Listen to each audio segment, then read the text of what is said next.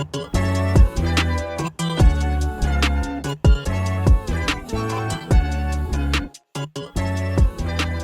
right, we're gonna get Chris's truck back to underneath the carport that we have set up and get started with the disassembly of the suspension components on his rig.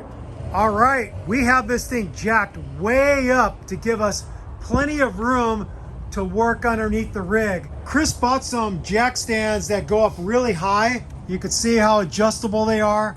And then in the back, we just have some 6-ton jack stands maxed out underneath the rear axle. But Chris has a couple more of these jacks coming, and we will get rid of those 6-ton jack stands and put a couple more of these in the rear.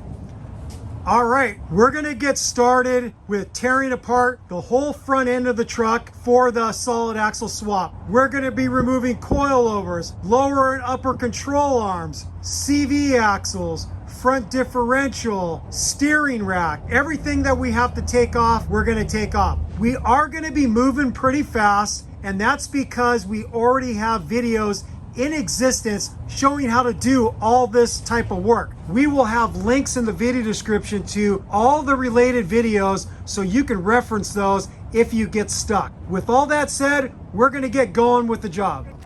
The first thing, we're gonna get the tires off.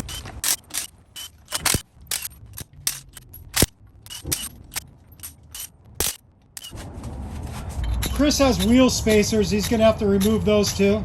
We're gonna disconnect the brake line that leads to the brake caliper because as part of this job, he's not gonna be utilizing any of these brake lines anymore. So they have to come out at some point, and we're gonna take this opportunity to start draining the brake fluid from the system. Chris is gonna disconnect this fitting right here, and then we're gonna connect up a hose to it, and we're gonna drain it down into that catch container right there. He's not using a flare nut wrench, he's using a Nipix adjustable wrench. They work pretty good. Connect up that hose, boy. There we go. And then we're just gonna let that bleed down into the container. And Chris is gonna do the same with the passenger side. Next, we're gonna remove the brake calipers. First, Chris is gonna remove a brake line bracket that connects up to the steering knuckle. He's gonna remove a brake line clip there, just using a big screwdriver to pry it out. Okay, the clip is out and the brake line's free. Chris is gonna remove two 17mm bolts to remove the brake caliper. And the caliper is off. And we're gonna do the same with the other side. Next, we're gonna remove the steering knuckle from both sides. We have to disconnect the lower ball joint from the lower control arm. We have to get this dust cover off and remove the 35mm CV axle nut. We need to disconnect the outer tie rod from the lower ball joint. And then finally, we have to disconnect the upper control arm from the knuckle at the upper ball joint. This is clearly aftermarket. If you have OEM, it's gonna look different. Remove the cotter pin from the outer tie rod castle nut and from the lower ball joint castle nut. Chris is gonna remove the dust cover. He's gonna use a wood chisel. It has a nice knife edge. Now he's getting a big screwdriver in there. And he's gonna straighten out and remove that cotter pin for the CV axle nut. That was a 35mm nut for the CV axle. The lower ball joint castle nut is a 24mm. The castle nut for the outer tie rod is a 19mm. Chris is gonna disconnect an ABS line bracket. That was a 10mm. And he's got the ABS sensor unplugged from the knuckle. That again was a 10mm. We're gonna take out the nut for the upper ball joint for the JBA upper control arms. We're gonna use a puller to break free the lower ball joint from the lower control arm. 19mm socket. We're gonna use another puller to break free the outer tie rod from the lower ball joint.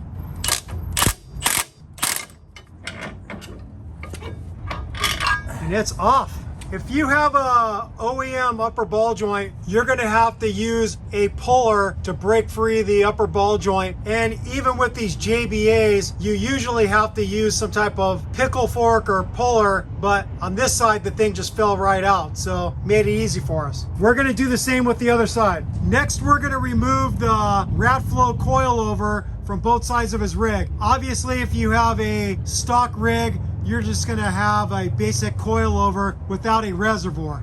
Chris left one of the 14mm nuts up there so it won't just drop out when he removes the lower bolt. This lower bolt is aftermarket because he has an Keith reinforcement setup for the lower control arm. Normally, this is a 19mm bolt and nut combo, but this bolt is a 22mm head.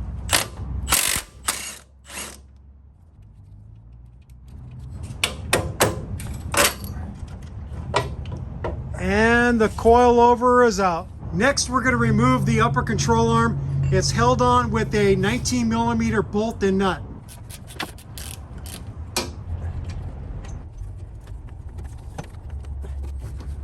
So we are going to remove the battery because there is an airbag sensor underneath the battery that the head of the bolt is hitting, and that's going to stop us from getting that bolt all the way out.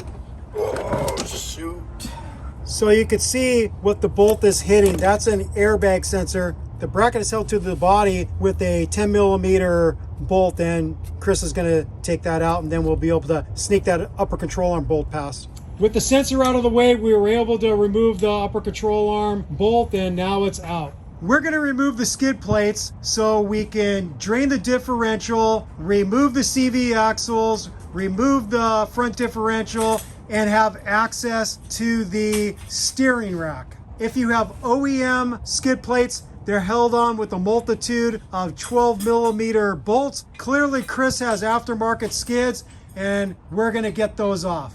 We've got all the skid plates off. Next, we're gonna drain the front differential of all the gear oil. The size of that drain plug is a 10mm Allen. Sometimes you'll find these are stuck and they strip out. So if you're using a decent amount of force and it's not breaking free, stop and apply some heat. Chris obviously had that thing off not too long ago and probably didn't over tighten it. So he got it out clean. It was pretty tight though, not gonna lie. Yeah. There it is. If he takes out the fill plug, it'll start draining faster, but it'll get there. Now we're gonna pop the CV axles free of the differential tube on the passenger side and free of the differential carrier on the driver's side. He's just trying it with a screwdriver. Usually I use a pry bar, but you got a pry bar? Yeah, I got a pry bar. Okay. When you're removing a CV axle, it helps to have the CV axle parallel with the ground, and then this way there's not a lot of weight on the inside joint inside the differential, and you'll have an easier time popping the clip free of the differential. So I'm gonna do double duty, hold it parallel while he knocks it free. Looks like you're getting it. Yep. He's got it. Oh, Don't get dripped on. I got dripped on. I got dripped on. It's a squirter. Oh, you did get dripped on, dude. It's a squirter. Now that we have the differential drained and the CV axles out, we're going to disconnect the front drive shaft from the differential and probably just disconnect it also from the transfer case. The drive shaft bolt nuts are 14mm, and Chris is going to zip those out with a socket and a open end wrench. And you get the idea. There's 4 of them, and we're gonna remove them. Okay, we got the front drive shaft out. All right, getting his workout in. Now we're gonna remove the front differential. There's a rear mount nut right here, that's an Allen. And then what we're gonna do, we're gonna try something different. In the past, what we've done is just take these long bolts out on either side, and then we jack up the engine to get a little room on the driver's side, and then we could remove the whole unit. I heard from my friend Mark, if we remove these brackets on the front, then the differential will come out. So we'll soon see if that's the case or Mark is pulling my leg. We removed the long bolt that goes through the frame for the front mount. It's a 19mm with a 19mm up on the top. And then now Chris is gonna use a 19mm socket, gun, and extension to zip out these 3 19mm bolts. And there's the mount out. We're gonna do the same for this one on the passenger side.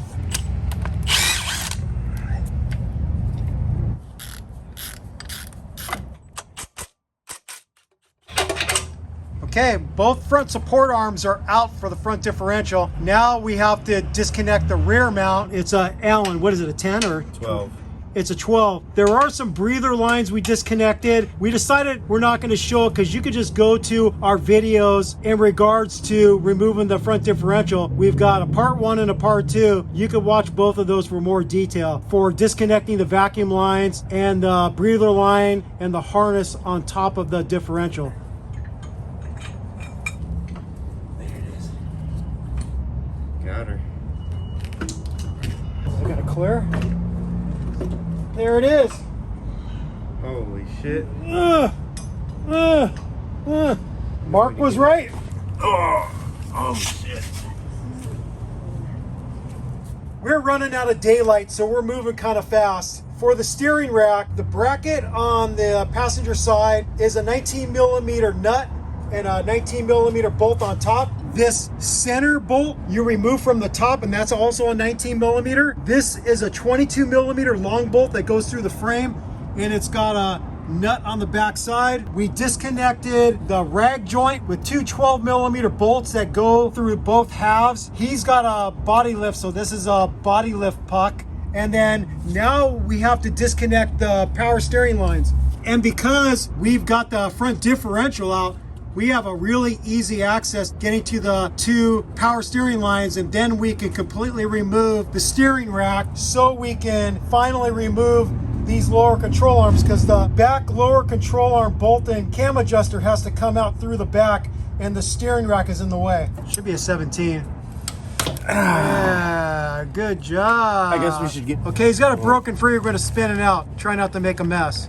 Plug that fucker up. Plug it up. I need a smaller one, Tim. Smaller one. Okay. Oh, now it's coming out of the rack. Game over, man. Game Nope. over. Chris got both of the power steering lines free. Now we should be able to remove the steering rack. He's got to get that bracket off. Might have to get it off after we get the rack off. Okay. He's going to try to remove it with the bracket on. There it is. It's off. Now that we have the steering rack out of the way, the final thing we're going to do is we're going to remove both of the lower control arms. And we'll be done for the day. 22s, 22s.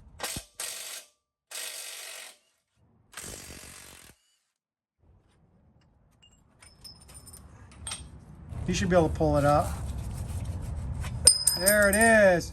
What you're seeing is all those washers that go in between the white line bushings. He has aftermarket lower control arm bushings, like a lot of us do. We're gonna do the same with the other side. Now that we have the front end all torn down, all the suspension components off, front differential out, steering rack off, now we're gonna work on the rear axle. It's gonna depend on how you wanna do it. We're gonna make this thing lighter for us to move. So what we're gonna do is remove the third member from the axle housing and the axles at each end to make it lighter to be able to carry. So the first thing we're gonna do is drain the gear oil out of the differential. Next, we're gonna remove the rear drive shaft.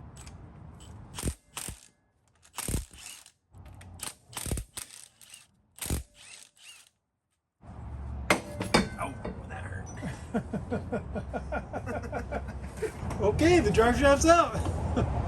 Next, we're going to remove the sway bar.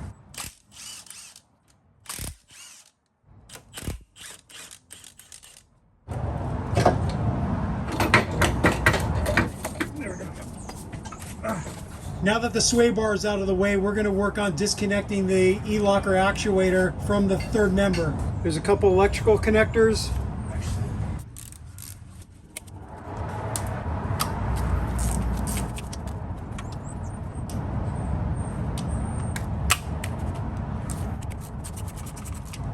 I think this is one of the nuts that holds the differential on. Yeah, I think you're right. The third member.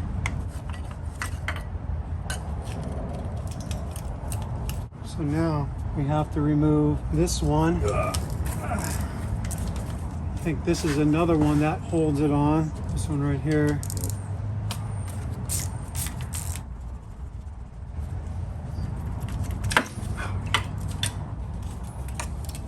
So there's a gear right here, and if I move that towards the third member, that will lock the locker and make it easier for us to pull the third member out.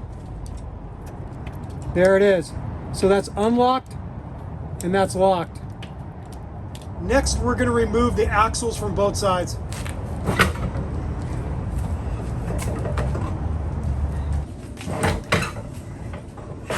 That was a little more. Yeah, it's leaning that way, that's why. Now that both axles are out, we're going to work on removing the third member. We weren't filming, but we got it out. Now that we have the third member out, we're going to work on disconnecting the brake lines and the ABS lines from the rear axle.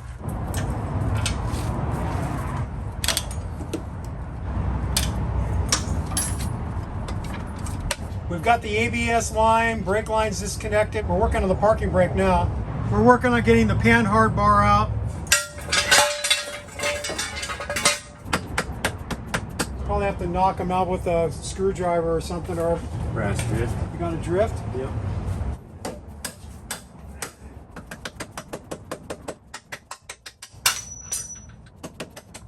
There we go. Damn. We're going to work on getting the shocks disconnected. We just disconnected the reservoirs.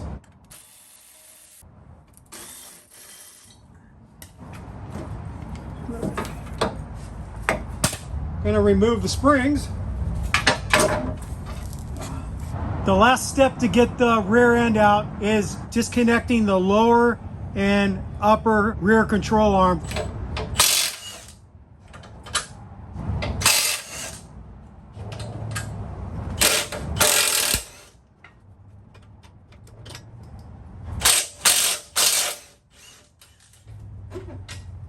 Disconnect that side and just see if this thing's going to roll. No, it's pretty stable.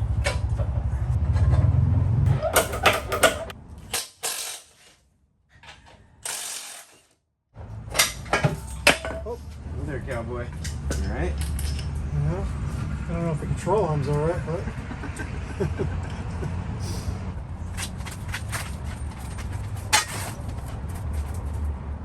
The rear axle is out, and now we're going to get some lunch.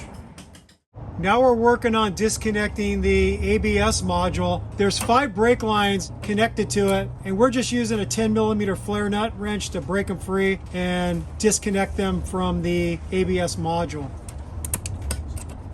Now the question is, how are we gonna get all these lines out from behind the engine and behind the heater control valve? It's gonna be interesting. We might just be using some dikes to cut the lines to make it easier. And we did try to drain out as much of the brake fluid from the system by pumping the brakes and just letting it come out of one of the lines underneath the truck. But we still have quite a bit in the system, so it's gonna be a little bit of a mess. All right, there we go. Okay, are we gonna remove the module now? What are we gonna do next? Yeah, well, maybe let's remove this one line since it's freaking super easy to get to. It's the one right down here.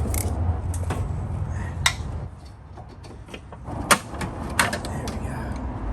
Okay, here's brake one. lines. Now we're removing the ABS module. It's held onto the body with 3 12mm bolts.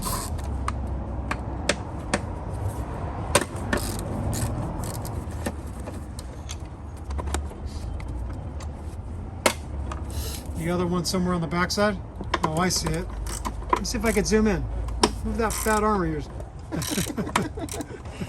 There we go. Move that chubby forearm, man. There it is. I'm a good cinematographer. Look at that shot. Look at that, dude. It's like beautiful. Beautiful, dog. I think you got it. All right. Oh, don't drip it on your paint. Okay, there it is. Fender covers would be nice. We're disconnecting the heater control valve from the firewall because we think we could sneak the brake lines back behind the heater control valve and all the heater hoses by doing this. What do you think, Chris? Is it going to work? I think so. We'll find out. We're disconnecting some brackets for those brake lines against the firewall. They're a 10mm size. We already disconnected one on the passenger side. Got it out. Yep. What kind of movement do you got out of that thing now? Gotta get this freaking thing off the firewall. This was the bracket that you released. That was just a clip. Yeah, I think so. What is there, another clip over there? We're gonna go aggressive with the removal of the lines. We're gonna start cutting them with some dikes. I don't know if I can get in there with these things. They put that in the very back corner. That's the hardest one to get to. We're gonna cut it downstairs. Okay, we're gonna abandon that plan and cut it over here. Got a bunch of wires connected up here. This is on the driver's side. We got some accessory wiring running through here. Your fuel lines. He's gonna cut that brake line. It's this one, yeah. Here we go. No going back. Boom, goes the dynamite. We're gonna do some more snipping of lines. Oh, shoot, these things are tight. Yeah, get some. I think you're cutting at a new spot. Oh, there it is. We're all cut midway right behind the engine. There's another bracket back there that he's working on. It's right near the heater control valve, another 10 millimeter bolt that holds a bracket. Got it? Got it. See if I can fish these things out. I'm gonna run out of real estate. There it is. Okay, this section's out. The driver's side's gonna be harder, huh? Might be. But I can also just take them out one by one, I think. Okay. There it is. Another one. And then the last one is down here. That's it.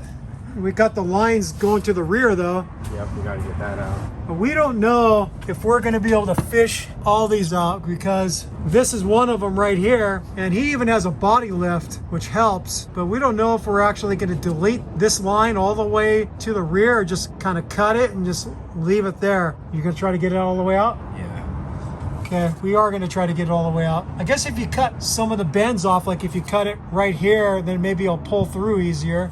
All right, this is the end of part 2. Join us in part 3 where we get even more medieval with Chris's 3rd gen with some angle grinders and reciprocating saws, cutting off cross members and other parts of the frame that are gonna be no longer needed for this 4-wheel underground solid axle swap. See you there.